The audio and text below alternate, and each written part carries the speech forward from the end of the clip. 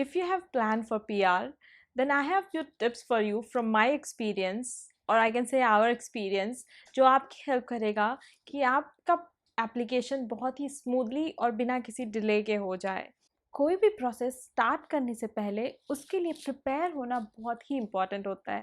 I am sure आप PR apply करने से पहले आपने अपना रिसर्च किया ही होगा, but still I have few things for you जो आप अगर नहीं कर रखे हो तो it will help you in your preparation. Hi, I am Deepti and welcome to my channel. Let's continue to this video and see what are the tips that will help you in your PR process.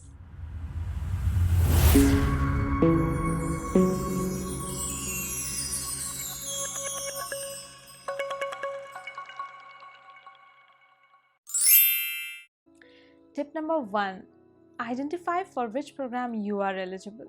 जी हाँ, आपको सबसे पहले ये जानना ज़रूरी है कि आप किस प्रोग्राम के लिए क्वालिफाई कर रहे हो. As you know, there are different categories under which you can apply for PR.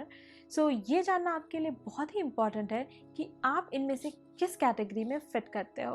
For example, अगर आपने ट्रेड क्लास के अंडर में अप्लाई किया बट आप स्किल्ड इमिग्रेंट हो तो आपका एप्लीकेशन रिजेक्ट हो सकता है बिकॉज आपके पास वो क्वालिफिकेशन नहीं है जो ट्रेड क्लास के अंदर चाहिए होती है.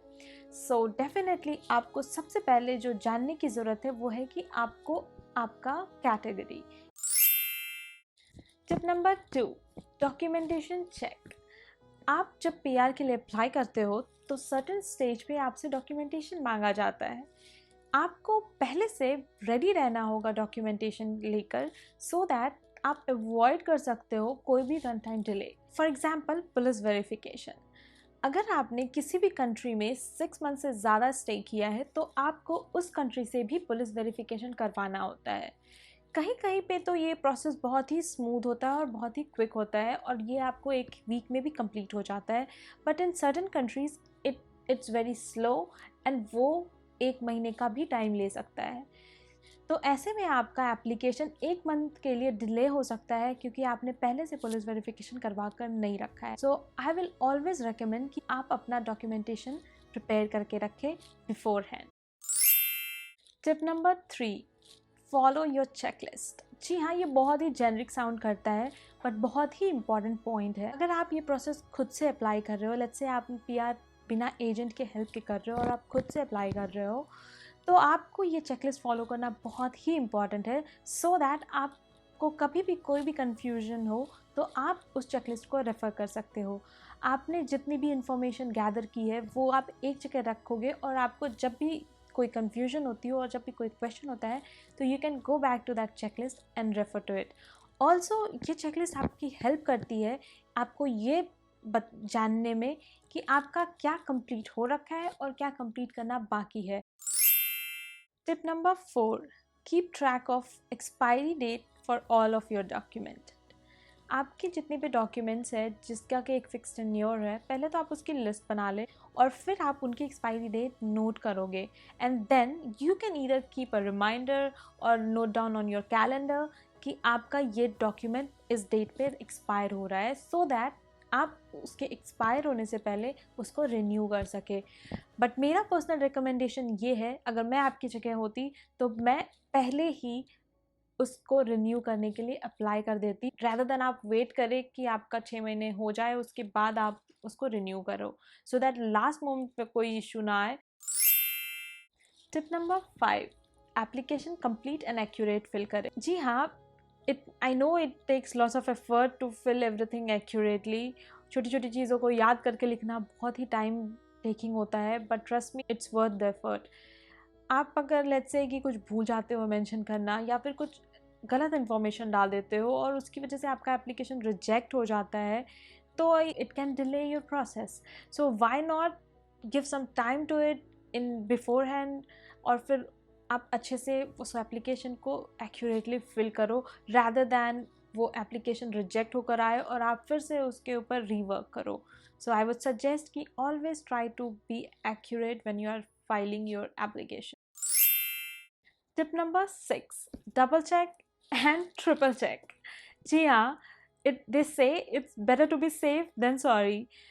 बहुत सारे केसेस में एप्लीकेशन सिर्फ इसलिए रिजेक्ट हो जाती है बिकॉज एप्लीकेंट ने या तो इन्फॉर्मेशन सही से पढ़ी नहीं होती या फिर उन्होंने अज्यूम कर लिया होता। सो प्लीज़ मेक श्योर जब भी आप अप्लाई कर रहे हो तो मेक श्योर कि आप उसको डबल चेक कर रहे हो। इनफैक्ट आई वुड सजेस्ट कि अगर आपके फैमिली में कोई है या आपका कोई फ्रेंड है तो आप उनसे भी क्रॉस वेरीफाई कर लो, सो दैट अगर आप कोई चीज़ मिस कर जा रहे हो तो वो उस चीज़ को फाइंड आउट कर ले, and the risk of your application getting rejected or delay can be mitigated. Tip number 7, never lie when you are pursuing for PR. I know हम कभी कभी छोटे छोटे पॉइंट्स से पीछे रह जाते हैं और हम सोचते हैं क्यों ना हम ये झूठ बोलकर हम इस चीज़ को कवर अप कर ले, बट ट्रस्ट मी ऐसा नहीं हो सकता because they will ask you for the proof. आपने जो भी एप्लीकेशन में मेंशन किया है आपको उस चीज़ का प्रूफ देना होता है वहाँ पे। तो आप अगर बाद में आपका एप्लीकेशन में वो देखते हैं कि आपने कुछ मिस इंटरप्रेट किया है तो they can ban you from getting into the pool और in fact getting into the Canada itself. So क्यों करना है ऐसा? बी ट्रूथफुल, आपका जो भी सही है वो आप एप्लीकेशन पे डालें सो दैट कोई भी बाद में आपको ऐसा इशू ना आए किसी भी मिस इन्फॉर्मेशन के regarding. Tip number 8, keep copy of your document. जितने भी डॉक्यूमेंट्स हैं, चाहे वो PR एप्लीकेशन का जो फॉर्म है उसका या तो आप डॉक्यूमेंटेशन का आप स्क्रीनशॉट निकाल लें या फिर उसकी कोई ज़ेरॉक्स कॉपी निकाल लें, बिकॉज यू नेवर नो कि कब आपको उस डॉक्यूमेंट को रेफ़र करना पड़ सके और आपको हर वक्त याद नहीं रहेगा कि आपने क्या फ़िल किया था। सो अगर आपके पास वो कॉपी होती है तो you can any time go back there and refer to that copy कि आपने क्या फ़िल किया था एप्लीकेशन में।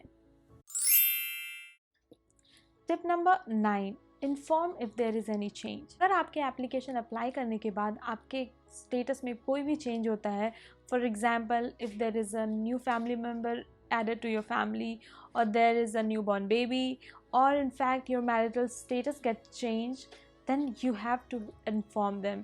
Also if your address gets changed, आपको बताना होगा कि आपका एड्रेस चेंज हो गया है so that आपका एप्लीकेशन में कोई भी मिस इन्फॉर्मेशन ना रहे। Number 10, communicate with other in the same position. जी हाँ, आप पहले या फिर आप आखिरी इंसान नहीं हो जिसने PR के लिए अप्लाई किया। सो आप बात करो उन लोगों से जिन्होंने भी इस प्रोसेस को या तो आपके साथ कर रहे हैं या उन्होंने कर रखा है। दिस से कि it's better to learn from others mistake. आप बात करोगे तो आपको पता चलेगा कि उन्होंने क्या गलती की थी और वो आप गलती अवॉइड कर सकते हो करने से। तो it's good to talk to other जो आपकी सेम पोजीशन में है। So these are the 10 points you should consider before applying for PR। I hope this video will help you in preparation for your PR। अगर आपको ये video पसंद आया तो प्लीज़ लाइक, शेयर और सब्सक्राइब करना ना भूलें and press the bell icon so that you get an update whenever there is a new video on my channel. See you next time. Bye.